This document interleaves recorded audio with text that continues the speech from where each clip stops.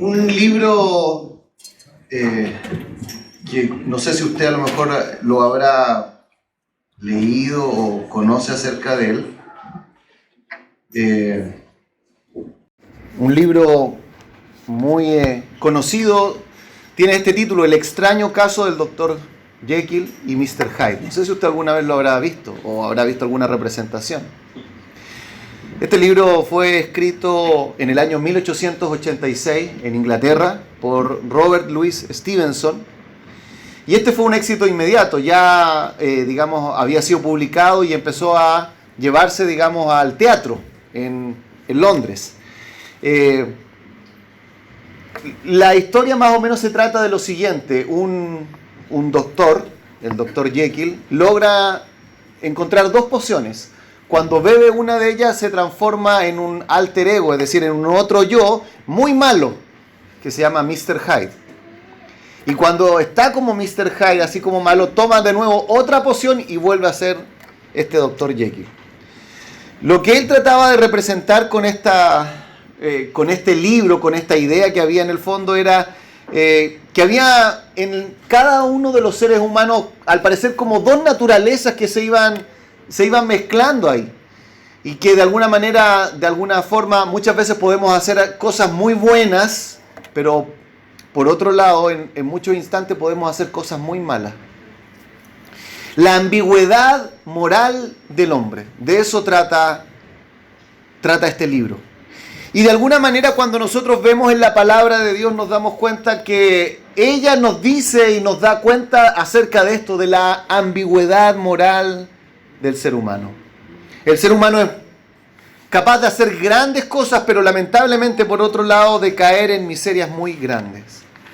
Y es por eso que el día de hoy vamos a comenzar a revisar un pasaje de la Escritura que ahí aparece reflejado. Está en el libro de Colosenses, en el capítulo 3.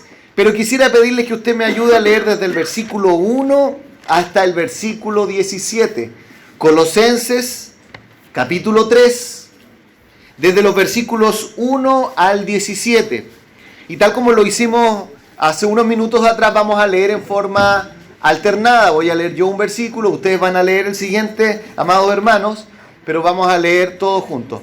Todavía siento un pequeño sonido, y si le pueden bajar un poco porque cuando grito empieza a sonar así. No, espero no andar gritando, pero sí suena. Ahí sí creo que se quitó. Bueno, espero que sí sea. Ven, Colosenses capítulo 3, versículo 1 dice: si pues habéis resucitado con Cristo, buscad las cosas de arriba, donde está Cristo sentado a la diestra de Dios.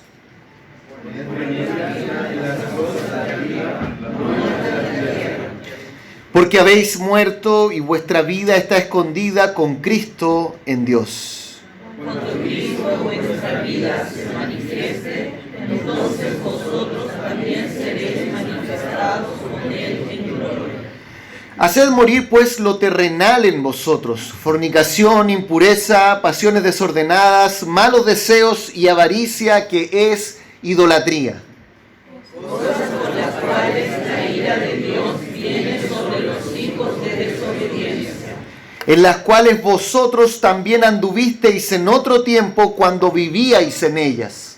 Pero ahora dejad también vosotros todas estas cosas: ira, enojo, malicia, blasfemia, palabras deshonestas de vuestra boca. No mintáis los unos a los otros, habiendo despojado del viejo hombre con sus hechos.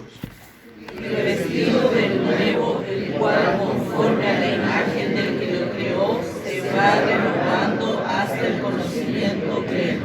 Donde no hay griego ni judío, circuncisión ni incircuncisión, bárbaro ni escita, siervo ni libre, sino que Cristo es el todo y en todos.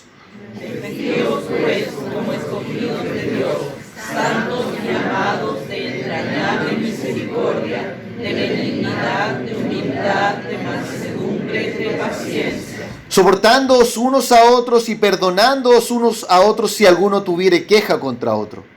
De la manera que Cristo os perdonó, así también hacedlo vosotros.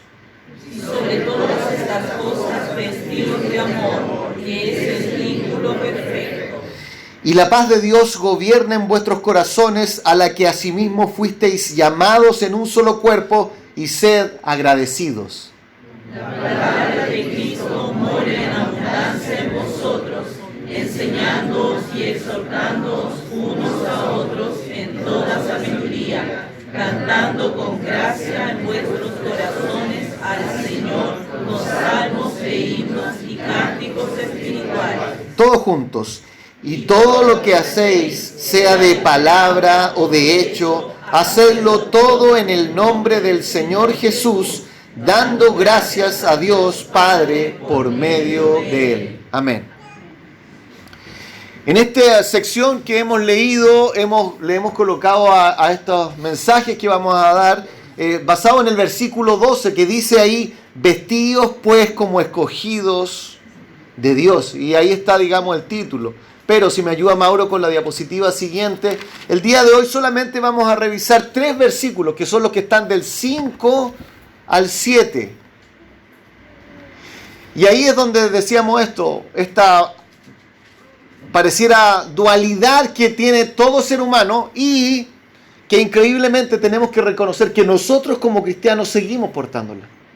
Hemos sido salvados por Dios, Dios ha aplicado su gracia salvadora en aquellos que son sus hijos, pero cada uno de nosotros necesita durante toda su vida la gracia santificadora de Dios. Para no ser un Dr. Jekyll y un Mr. Hyde. Ahora, fíjense ustedes, dije que vamos a ver los versículos 5 al 7, lo extraño cómo comienza el versículo 5, no sé si lo tiene ahí en su Biblia. Porque acá sale una orden, sale un mandato, sale una exigencia de Dios para nuestras vidas, pero cuando uno la ve pareciera ser algo bastante extraño, algo común, no es un mandato que uno escucha en ningún otro lado, no es algo que se pueda dar en el ejército, digámoslo así, no es algo que uno lo pueda ver en el colegio, que uno lo pueda ver en la vida cotidiana. Así comienza el versículo 5, dice, haced morir. Cosa más extraña esta. El día de hoy, con la ayuda del Señor, vamos a hablar acerca de esto. Es necesario morir. ¿Sabía usted eso? Que si usted realmente es un hijo de Dios, si usted realmente ha nacido de Cristo, es necesario morir. Vamos a tratar de ver el día de hoy o contestar 4 preguntas. ¿Qué significa morir? ¿A qué cosas debemos morir? En tercer lugar, ¿por qué debemos morir? Y finalmente, ¿cómo podemos morir? Lo repito para que se entienda. ¿Qué significa morir? ¿A qué cosas debemos morir? En tercer lugar, ¿por qué debemos morir? Y finalmente, ¿cómo podemos morir? ¿Se imagina colocar ahí en la pieza de uno? O a lo mejor si usted está en su trabajo y tiene una oficina, colocar, mi meta para este año es morir. La verdad es que cualquier persona que lo mirara se extrañaría, sería algo tan raro. Por eso tenemos que tratar de entender qué significa morir. Y podemos decir esto, para todo aquel que viene a Jesús, le es necesario morir. Un cristiano es alguien que de alguna manera está vivo y que en otro aspecto está muerto. Había una canción cristiana de hace unas décadas atrás que se llamaba No Basta, ¿no es cierto? No basta solo con cantar, dice, no basta solo con decir.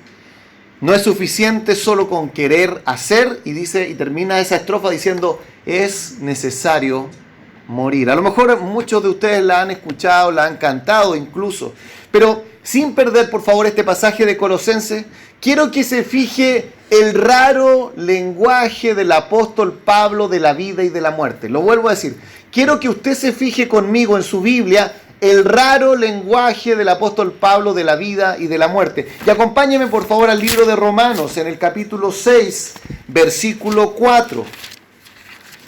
Romanos capítulo 6, versículo 4.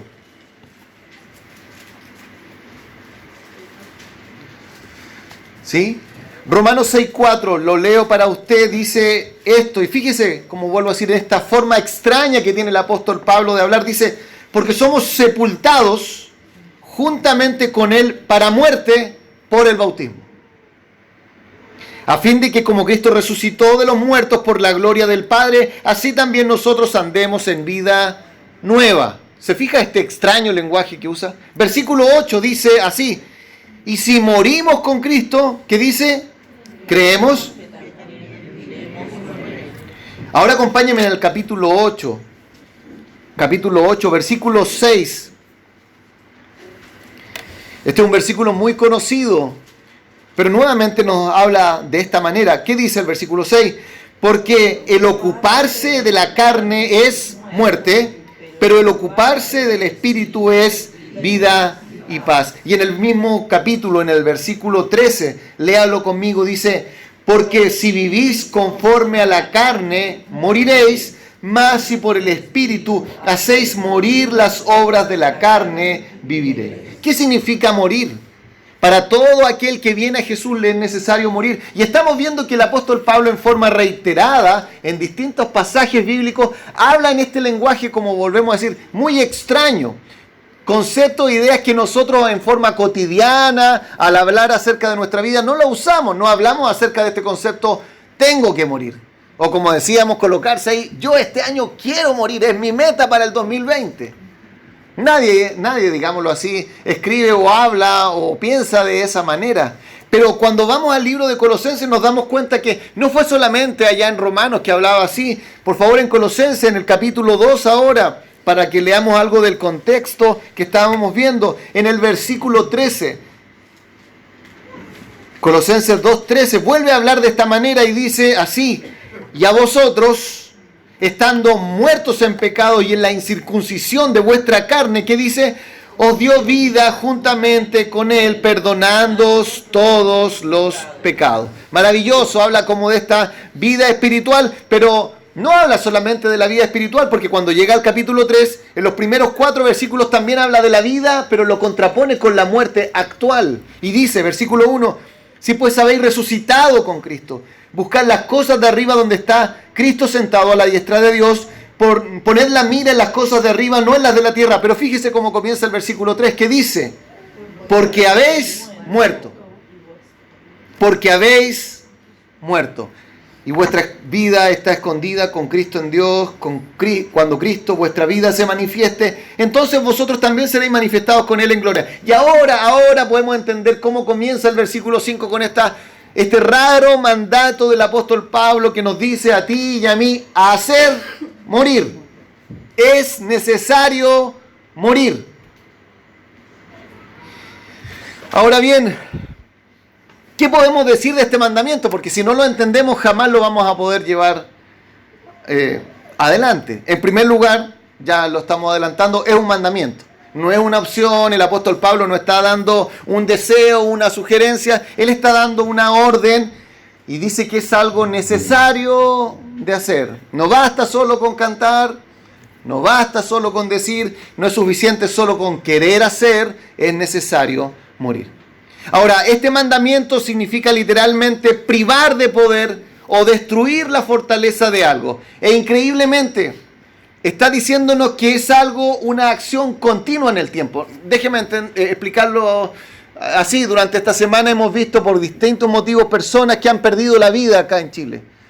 Algunas, digamos, de manera violenta, ¿no es cierto? Producto, digamos, de conflictos, robos, saqueos, etcétera. Y andaban dando vuelta una imagen, al menos yo ayer la vi, de un guardia que iba saliendo una persona ahí y le pegó una puñalada. Pasaron un par de horas y la persona falleció. Bueno, este hacer morir no es tan rápido como eso. No es que hoy día domingo yo hago morir y listo, de acá en adelante ya no hay nada. Sino que cada día, cada tiempo que va pasando necesito nuevamente hacer morir. Los creyentes debemos tomar una decisión radical en cuanto a esto. Y aquí el apóstol Pablo nos está explicando acerca de esto. Hacer morir. Ahora, yo quise traer un viejo libro que habla acerca de este tema. Se llama, escuche el extraño título que también tiene. No es El extraño caso, pero dice La mortificación del pecado. ¿Ha escuchado hablar alguna vez acerca de eso? ¿O ha leído alguna vez a usted acerca de eso? La mortificación del pecado, no pescado. Fue escrito por John Owen, un pastor inglés, hace alrededor de 400 años atrás. Hace 400 años atrás, y él escribió un libro, es mucho más largo que el que yo tengo. Este es como una especie de resumen para los que quizás no son tan buenos para leer, no somos tan buenos para leer. Pero él habla acerca de esto y dice lo siguiente en una parte, y quiero por favor que escuche. Los creyentes verdaderos, quienes definitivamente son libres del poder condenatorio del pecado, deben ocuparse a lo largo de sus vidas con la mortificación del poder del pecado que todavía permanece en ellos. Lo vamos a leer nuevamente. Dice, los creyentes verdaderos, quienes definitivamente son libres del poder condenatorio del pecado, deben ocuparse a lo largo de sus vidas con la mortificación del poder del pecado que todavía permanece en ellos. ¿Sabe usted que cuando yo leo este lenguaje de la vida y de la muerte del apóstol Pablo, a mí me pasa algo? Me gusta mucho más cuando él habla acerca de la vida que de la muerte. No, yo creo que a todos nos pasa lo mismo. Nosotros escuchamos frases que son típicas en el mundo cristiano evangélico que dicen vida nueva. ¿Sí? Ah, qué rico, vida nueva. O estoy resucitado con Cristo. O para mí el vivir. Amén, ¿no es cierto? Pero ¿qué sucede con la frase muertos al pecado? O crucificado con Cristo. Como que esas no nos atraen tanto. La verdad es que si tuviésemos que elegir, y lamentablemente no podemos, y Dios no quiere que podamos, pero si tuviésemos nosotros que elegir, seguramente nos quedaríamos mucho más con el lenguaje de la vida. Pero ¿sabes qué? Si durante este último tiempo Facebook te ha mandado una notificación de una foto de 2 o de más años atrás, quizás tú y yo deberíamos pensar, tal como era necesario entonces, hoy día es necesario este 2020 también morir. A lo largo de mi vida, a través de mis años, al pasar las décadas por mí, es necesario morir. Ya hemos visto entonces qué significa morir, pero me gustaría ir un poco más allá y hablar acerca de a qué debemos morir. Y le quiero pedir nuevamente a Mauricio que me pueda ayudar con la diapositiva siguiente. Esta es una frase que a mí me hace reír mucho, porque obviamente es divertida, pero contiene una gran verdad lo que ahí está diciendo. Martín Lutero tenía unas maneras bien a veces fuertes de hablar y esta es una de esas que, como digo, nos causa gracia, pero de alguna manera nos está diciendo una gran verdad. Dice, pensé que el viejo hombre había muerto en las aguas del bautismo, pero descubrí que el infeliz sabía nadar. Ahora tengo que matarlo todos los días. Y eso es lo que estamos tratando de hablar con la mortificación. No es algo que sucedió cuando yo me convertí a Cristo y de ahí quedé listo, ¿no es cierto? Ya estoy muerto. No. Tengo que matarlo. Es como este zombie que quiere volver a la vida, ¿no es cierto? Y obviamente destruir todo y destruirme a mí.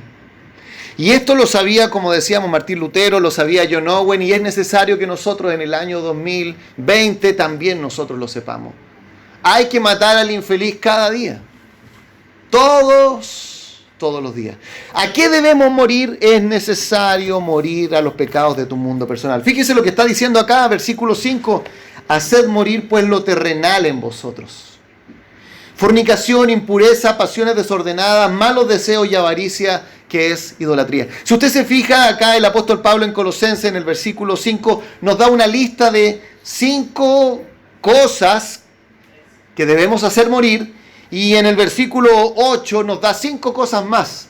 El día de hoy solamente veremos los versículos 5 al 7, por lo tanto lo otro se verá más adelante. Pero ahí hay otra lista, y son un par de listas, porque en otros lados, en otras cartas, en Romanos, ¿no es cierto?, en Corintios, Pablo da otras listas donde aborda otras áreas de nuestra vida. Por lo tanto, no es solamente a esto, sino que estos son, podríamos decir así, algunos ejemplos, algunas áreas en las cuales debemos morir. Haced morir, pues, lo terrenal en vosotros: fornicación, impureza, pasiones desordenadas, malos deseos y avaricia, que es idolatría. El apóstol Pablo dice en forma literal: haced morir los miembros que están en la tierra.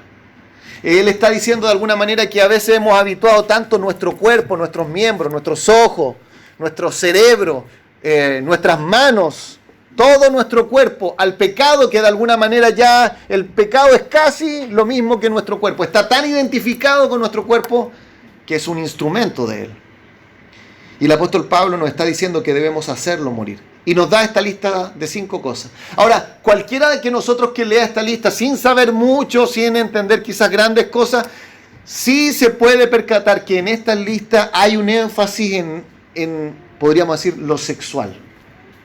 Hay un énfasis en lo sexual, ¿no es cierto? Ahí está claro, es llegar y leerlo y está hablando acerca de eso, del área sexual, y vamos a tratar de decir algunas cosas solamente de esto. Fornicación. La mayoría de nosotros piensa que la fornicación se refiere a las relaciones sexuales previas al matrimonio. Es una palabra que de alguna u otra manera está cayendo también en desuso, no se ocupa mucho. Pero la verdad es que en el mundo bíblico la palabra fornicación tiene un significado mucho más amplio que eso. Esa palabra se refiere o se usa para inmoralidad sexual de cualquier clase. En esta palabra que está acá es porneia, que es de donde viene la palabra pornografía. Se puede referir a las prostitutas, que en el primer siglo habían prostitutas religiosas o prostitutas, digámoslo así, fuera de eso. Habían distintas clases y habían distintos usos como el día de hoy. También esta palabra se puede referir a personas, a hombres que acuden a las prostitutas, o finalmente y en forma más general se refiere a la inmoralidad sexual. Pablo está diciendo entonces ahora a qué debo morir. Porque cada uno de nosotros tiene conductas, pensamientos, deseos que han sido moldeados por nuestra cultura y no por Dios, y han sido reafirmados por nuestro propio corazón pecaminoso. Y que esto se opone a la voluntad de Dios. Por lo tanto, ahí tenemos la primera, fornicación, impureza sexual.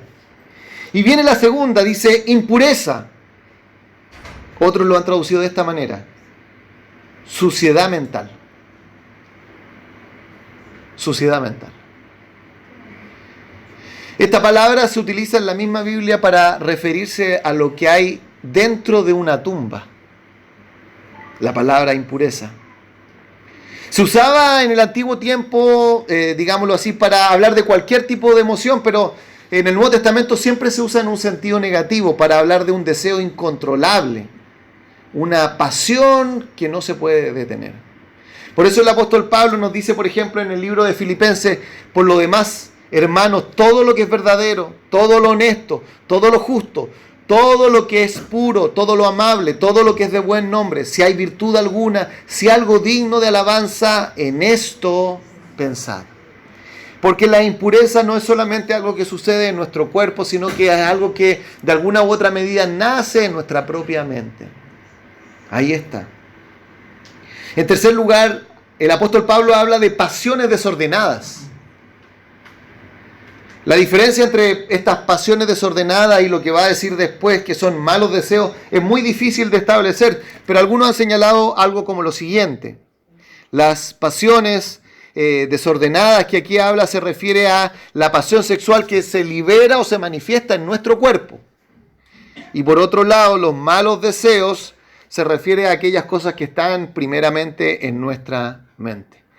Y finalmente termina esta lista hablando acerca de la avaricia, versículo 5. Avaricia. Que el hermano Sebastián lo trató la semana pasada, ¿no es cierto? La codicia. Y es interesante notar que en los mandamientos de Dios, en Éxodo 20, 17, en Deuteronomio 5, 21, cuando habla de la codicia, comienza hablando acerca también de lo sexual. Aborda más cosas, pero comienza hablando acerca de eso. Por eso un comentarista dice lo siguiente acerca de esto de la avaricia, dice, o de la codicia. Este es un pecado que se extiende a muchas áreas. Si se trata del deseo por tener dinero, lleva al robo. Si es el deseo por tener prestigio, conduce a la ambición. Si es el deseo por tener poder, conduce a la cruel tiranía. Si es el deseo por una persona, conduce al pecado sexual. De tal manera que el apóstol Pablo nos está dando a conocer este raro mandamiento de que hay cosas en nuestra vida que las tenemos que hacer morir. Y nos da una lista, como digo, representativa de cosas que tienen que ver o que tienen relación con lo sexual. Y Dios dice que tenemos que hacerlo morir. Ahora, En esta novela que estábamos hablando del Dr. Jekyll y Mr. Hyde, el autor, Stevenson, él colocó los nombres de estos dos personajes principales, que eran al final una sola persona, con un sentido y un objetivo. No eran nombres al azar. Jekyll significa yo mato, Jekyll. Y Hyde significa oculto.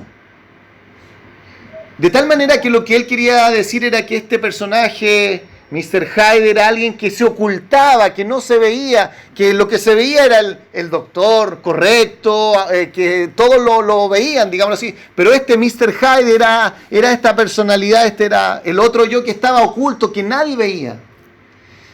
Y de alguna manera puede suceder con esto, que una forma de eludir el hacer morir sea ocultar, ser como Mr. Hyde. Mantener, ¿no es cierto?, a un muerto dentro de un baúl y no trabajar contra eso, no luchar contra eso.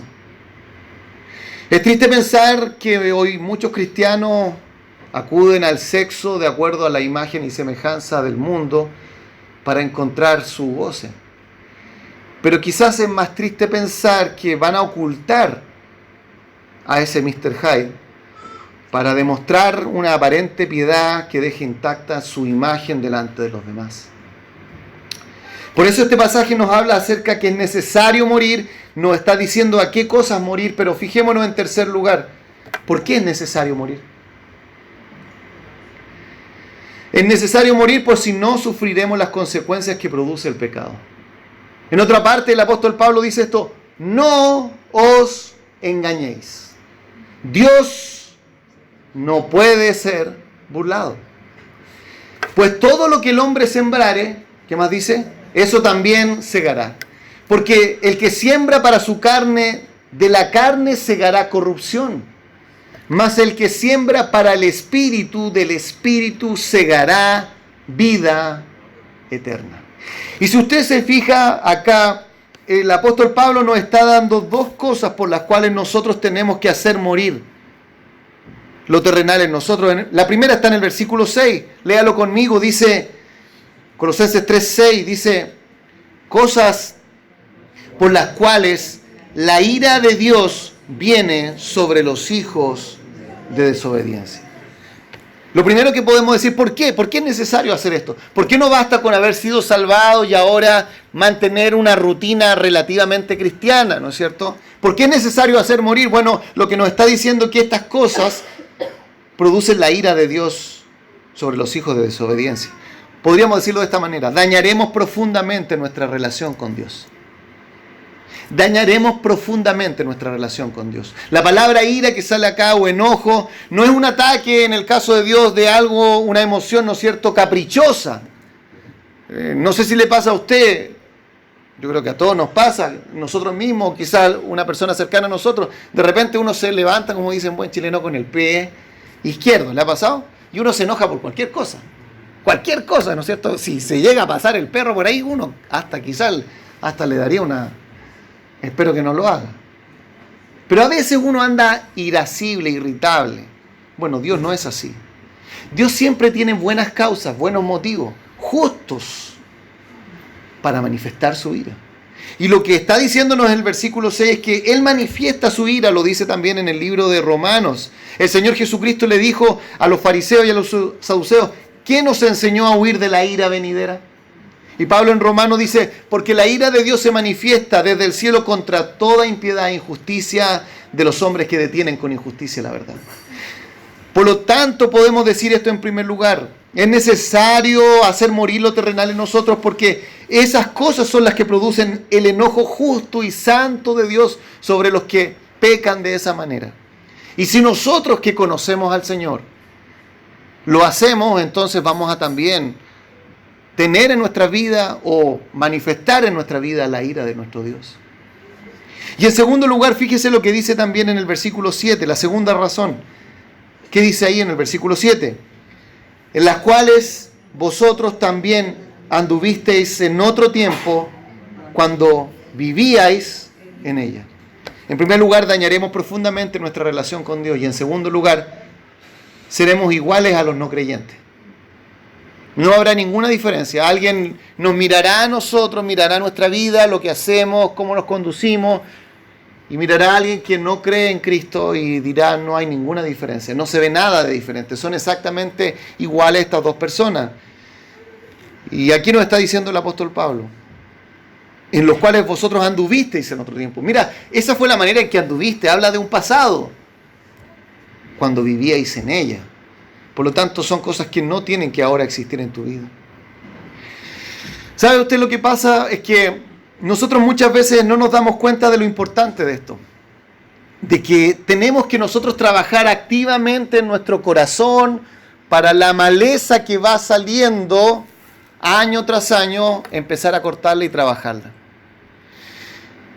No sé cuántos años llevará usted de cristiano. Yo conocí al Señor en el año 1991. Hace ya un bastante tiempo atrás. Y le puedo decir que han pasado estas décadas y cada año me doy cuenta que nuevamente empiezan a salir cosas malas en mi corazón.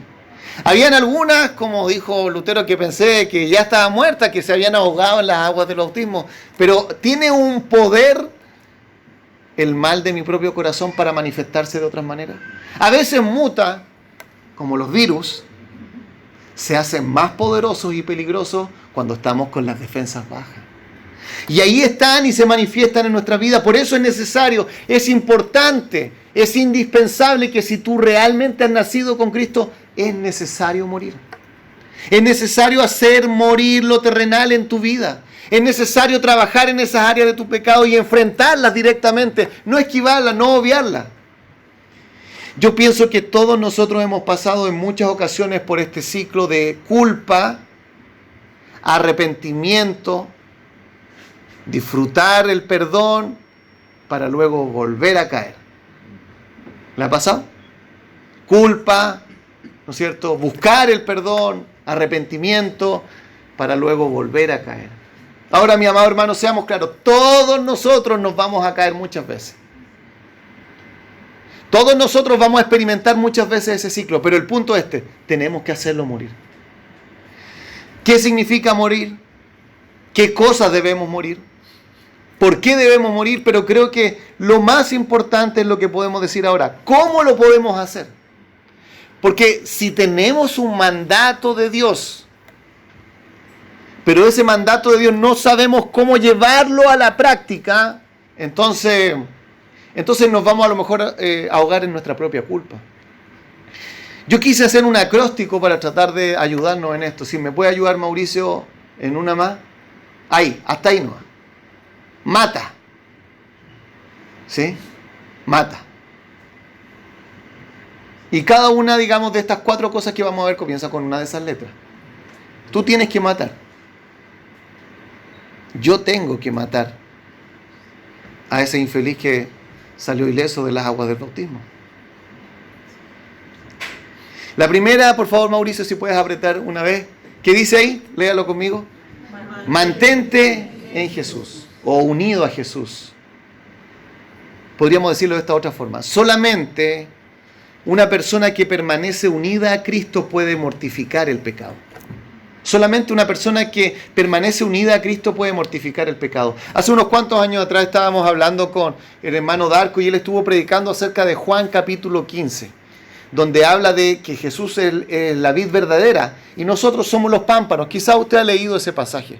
Ahí habla acerca del fruto y el punto está que cuando uno lee ese pasaje tiende a pensar esto: tengo que producir fruto, tengo que producir fruto, tengo que producir fruto. Pero como muy bien explicó el hermano Darko, la orden en ese pasaje de Dios no es que nosotros tenemos que producir fruto, sino que la orden de Dios en ese pasaje es permaneced en mí y yo en vosotros. Increíble. Permaneced en mí y yo en vosotros. Como el pámpano no puede llevar fruto por sí mismo si no permanece en la vid, así tampoco vosotros si no permanecéis en mí. Mantente en Jesús, mi amado hermano. Esto que estamos hablando el día de hoy, de matar al viejo hombre, de mortificar el pecado, es algo que es solamente para los cristianos. Un no cristiano tiene la orden de Dios también de matar su pecado. El problema es que él no puede, no tiene cómo hacerlo. Pero el cristiano tiene la ayuda de Jesús, tiene el Espíritu Santo morando en él. va a tener una lucha feroz día a día. Los que están acá y que son mal genios van a seguir siendo mal genios durante años. Y a lo mejor en algunas etapas de su vida se van a volver más mal genios todavía. Creo yo que los hijos son un catalizador, ¿no es cierto?, para el mal genio. Uno duerme poco, ¿no es cierto? Y el nivel de tolerancia empieza a disminuir. Por eso aquellos matrimonios que aún no tienen hijos, Dios les permite trabajar con algunas de esas áreas en su vida ahora. Porque como vuelvo a decir, su nivel de tolerancia va a disminuir cuando tengan hijos. Pero no solamente eso, la vejez también aumenta el mal genio a veces. ¿Se ha imaginado o ha visto usted una persona de tercera edad con hartos niños gritando alrededor de él? ¡Ay! Están todos los niños, ¿no es cierto? Y ahí está la abuelita, ¿no es cierto?, estresada con todo el ruido de los niños y claro, de repente empieza a decir cosas que no corresponden.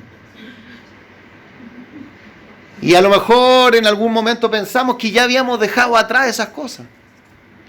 Seguramente entre nosotros además hay diferencias. Hay algunos que tienden a ser más mal genio que otros. Pero aquel que quizás no lucha tanto con un genio irritable, irascible, seguramente lucha con otras cosas. El orgullo, un pecado sexual intenso u otras áreas de su vida. Por lo tanto, primero para matar es que tengo que mantenerme unido a Jesús. Tengo que ir delante de Él. Tengo que permitir que Él me corrija en su palabra, que me muestre lo que esté mal en mi corazón. Pero vamos a lo segundo. Segundo, ¿qué dice la segunda parte? Léalo. Dice, aléjate de todo pecado. No puedes mortificar el pecado a menos que estés dispuesto a alejarte de todo pecado. El apóstol Pablo dijo en otra parte lo siguiente, huid de la fornicación. Cualquier otro pecado que el hombre cometa está fuera del cuerpo, más el que fornica contra su propio cuerpo peca. Aléjate de todo pecado. A lo mejor en mi vida hay 3 pecados importantes, pero hay uno que es más visible. Entonces yo elijo atacar ese que es visible porque afecta mi imagen. Pero esos otros 2 que nadie ve, entonces no los trabajo porque la verdad es que nadie se da cuenta de eso. Pero mi amado hermano, tengo que trabajar todas las cosas. Aquellos que los demás ven, y la verdad es que aquellas cosas que los demás no conocen ni ven de mi corazón. Aléjate de todo pecado, no de alguno. No digas, bueno, yo tengo estas cosas buenas, por lo tanto tienen que tolerarme esas cosas malas. Con la gracia de Dios tienes que alejarte de todo. En tercer lugar, dice ahí, ¿qué dice? Toma tiempo para examinar tu corazón. ¿Sabe que no es agradable el hacer un escáner profundo al corazón de uno? No es algo agradable, no es una experiencia gratificadora. Ir a la palabra de Dios, ver sus riquezas, ver a Dios, conocer quién es Cristo, saber acerca de su grandeza es maravilloso. Pero ir y mirar el propio corazón no es algo agradable. Hace unos años atrás me acuerdo que hicimos un discipulado que incluso aún quedan algunos ejemplares que se llama Transformados en su imagen. Y ese discipulado no hablaba de doctrinas, no hablaba de escatología, eventos por venir. No hablaba, ¿no es cierto?, de pasajes de las profecías que quizás a algunos nos gustan. Hablaba de nuestro propio corazón. Era como un viaje profundo al corazón de cada uno. Y la verdad es que cada página que uno iba pasando era como que algo se fuera enterrando en su propio cuerpo. Pero es necesario tomar tiempo para examinar nuestro corazón. El salmista dijo, examíname, oh Dios, conoce mi corazón, pruébame y conoce mis pensamientos. Salmo 139, versículo 23. Y finalmente, y en último lugar, ¿qué dice? Tienes que mantenerte atento al autoengaño. Cuando en mi vida hay un pecado persistente y yo a lo mejor he pasado vez tras vez por este ciclo de culpa, arrepentimiento, perdón, llega un tiempo donde como que de alguna manera mi conciencia se hace poco fuerte frente a eso. Entonces, como digo, de manera que ya no lo puedo vencer, lo que voy a hacer es tratar de no pensar más en eso. Voy a hacer como que no existe. Está ahí, Está aún ahí latente, no ha cambiado, pero la verdad es que lo que hago es obviarlo. Sí, la Biblia lo dice, pero trato de pasar rápido por esas cosas porque me empiezo a autoengañar. Por eso tienes que recordar lo que dice acá la palabra de Dios. ¿Quién podrá entender sus propios errores? Líbrame de los que me son ocultos. Salmo 19:12. En esta historia que nosotros estábamos hablando del Dr. Jekyll y Mr. Hyde, la novela termina de esta manera. El hombre finalmente muere. Este Mr. Hyde sale a flote, vence a Dr. Jekyll y finalmente lo mata. Muere. Pero en nosotros no tiene por qué ser así. Acá en Colosenses, antes de entender el versículo 5, es necesario reflejar o entender los versículos anteriores. Y fíjese lo que dice el primer versículo, ya lo leímos en Colosenses 3, pero dice lo siguiente: si pues habéis resucitado con Cristo, ¿qué dice? Buscad las cosas de arriba, donde está Cristo sentado a la diestra de Dios. Otra manera de traducirlo es así: ya que ustedes han resucitado con Cristo, busquen las cosas de arriba, donde está sentado Cristo, a la diestra de Dios. Es solamente a través del poder de Cristo que nosotros lo podemos hacer. Quizás nos vamos con un mandamiento que nunca habíamos meditado el día de, digamos antes de una manera como lo hicimos el día de hoy, no lo sé. Pero lo que sí sé es que Cristo tiene el poder para ayudarnos a hacer lo que Él nos pide que hagamos. Él no nos da un mandamiento para que nos hundamos en la culpa. Él nos da un mandamiento y nos dice: ahora ven a mí por medio del Espíritu de Dios para que puedas vivir como yo quiero que tú vivas. Tú y yo seguiremos cayendo, pero en su gracia que el Señor nos ayude a ir anulando cada vez más, a ir eliminando cada vez más el poder del pecado en nuestra vida. Padre, gracias te damos a esta hora, por este tiempo, por este momento, Señor, que hemos podido leer acerca de este raro mandamiento bíblico que nos habla de mortificar, de hacer morir, de, Señor, matar en nuestros propios corazones el mal. Señor, hasta un novelista trató de representar esta realidad en el corazón del ser humano. Que Pablo dijo: porque no hago lo que quiero. Tengo en mi mente el deseo de hacer lo bueno, pero veo otra ley en mis miembros que se revela lo malo. Está mi vida, mi mente, mis ojos tan acostumbrados a lo malo que ya deshabituarlo y que forme un nuevo hábito pareciera ser tan difícil. Pero Padre, en tu gracia nosotros podemos vencer. Padre, por medio de tu Espíritu, danos la gracia para poder hacer lo que tú nos pides que hagamos. Te damos gracias y pedimos tu bendición en el nombre de Jesús. Amén.